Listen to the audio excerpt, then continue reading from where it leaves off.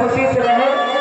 अब वो खुशी कहाँ रही, लेकिन लड़का के नाती पोता के जिंदगी काटे के बाद पूरे परिवार को नमस्ते प्रणाम है। माननीय बड़े भैया श्री अखिलेश यादव जी, हमारे गुरुदेव जी के आपसे पुत्र हैं, आपके चरणों में हम प्रणाम करते हैं। और साथ ही साथ हमारी प्यारी प्यारी जनता, दूर दराज से चलकर आए हुए हित संगी रिश्तेदार दोस्त मित्रगण और बिरहा जगत के एक से बढ़कर एक गुरु, एक से बढ़कर एक कवि लेखक, एक से बढ़कर एक बिरहा के गायक और लेडीज और जेंट्स और हमारे बड़े भैया यूट्यूबर चैनल के तमाम भैया आप लोग उपस्थित हैं। हम सभी लोगों का तहे दिल से हार्दिक अभिनंदन करते हैं, स्वागत करते हैं। आइए इन दो लाइन का हमारे गुरु के प्रति कुछ कहना हो। कैसे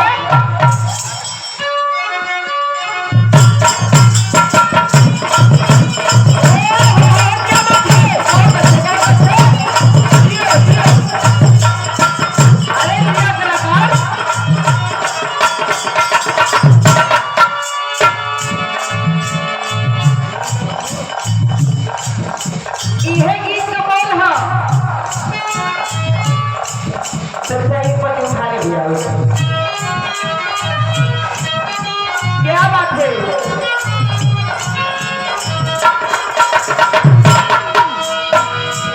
अरे यही रही आए हैं भागवान,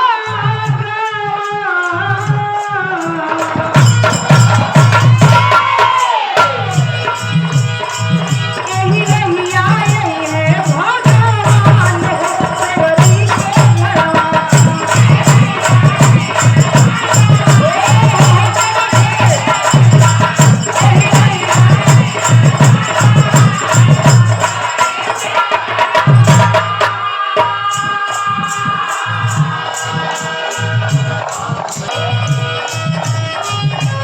अरे यही रही आए हैं भगवान,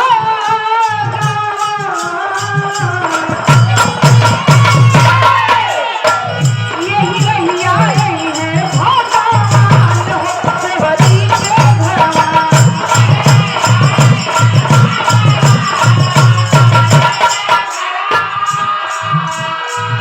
कहना है भावल गुरु जी का केतनो करनी गवाई फिर भी कम है। कहना है कैसे,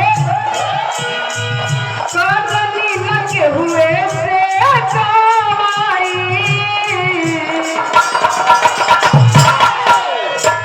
करनी लगे हुए से गवाई, भुलाई कैसे, भुलाई कैसे,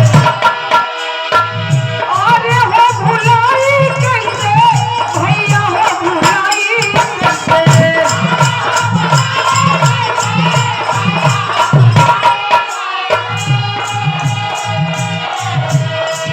कोई मन सजे हाँ परसाई, कोई मन सजे हाँ परसाई, भुलाई कैसे।